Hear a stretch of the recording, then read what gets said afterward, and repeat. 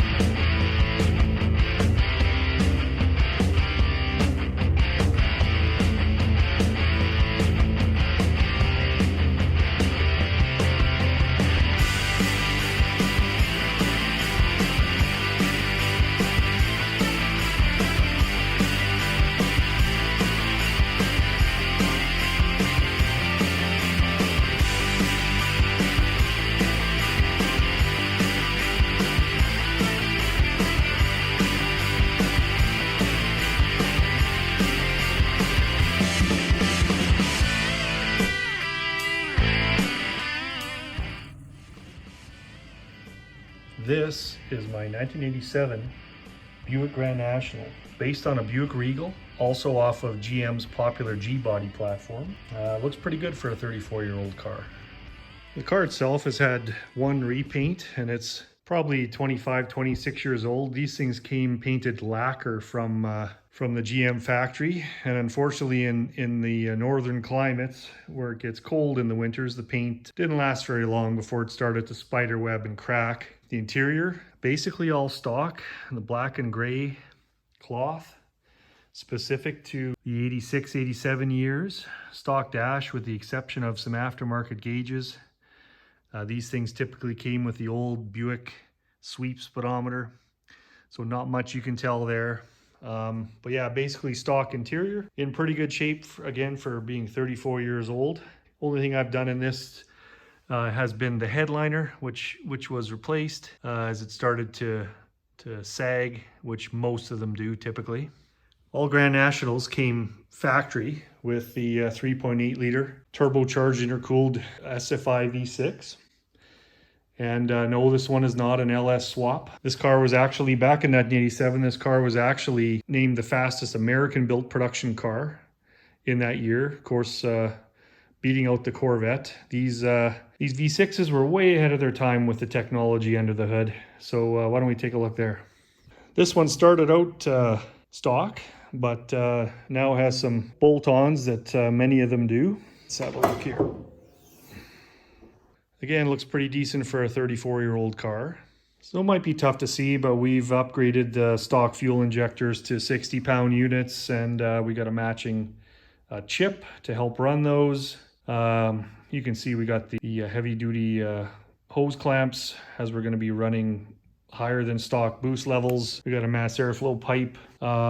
Also went with an upgraded mass airflow, an 85 millimeter from a Z06 Corvette. And the K&N filter you can see there. Turbo was stock with a ported compressor housing to help smooth things out there from the inlet bell into the compressor.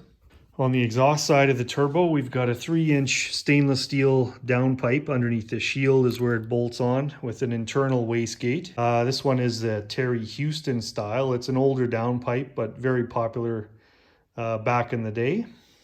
And another thing we added on was replacing the stock intercooler, was the precision intercooler, stock location.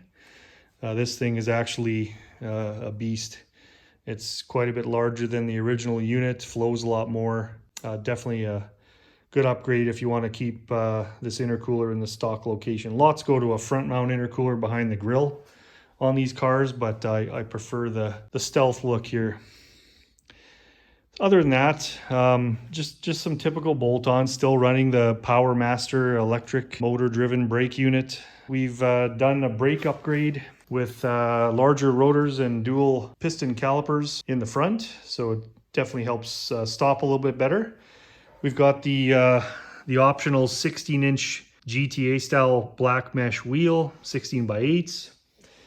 We've gone through the car, we've done the rubber body bushings, upgraded those from the 34-year-old units. Helps the car ride much better. And then we also added a 2.5-inch dual pipe stainless steel exhaust system, and that's from the catalytic area back. So another nice upgrade. The car actually sounds pretty good. So we do have a few planned upgrades this year for the car. First off is going to be the Alky Control methanol injection system. We unfortunately we don't have E85 here, so these things can be set up and to run E85, and they make a lot of power. So I've opted for the Alky Control system, which is also very popular, and you can definitely run a lot of boost on that system just on pump gas. We had 94 octane here, but now we're down to 91. So the Alky Control system is going to be a really nice addition. Next, we're going to make some content with a full paint correction on the car. It's been a while since this one's been cut and polished, so we're going to go through the paint, do a little bit of wet sanding, full paint correction, and show you a ceramic coating that we're going to promote on the channel. This was actually the car that started the detailing and the paint correction game for me. Black paint, really tough to keep clean and swirl free and get that deep gloss. So yeah, this kind of started it all way back when. Lastly, what we're going to look at is an upgrade to the 34-year-old halogen headlights. We're going to be switching these to an LED. They're going to look very stock, but they're going to be a lot brighter, and the car will be a lot more enjoyable to drive.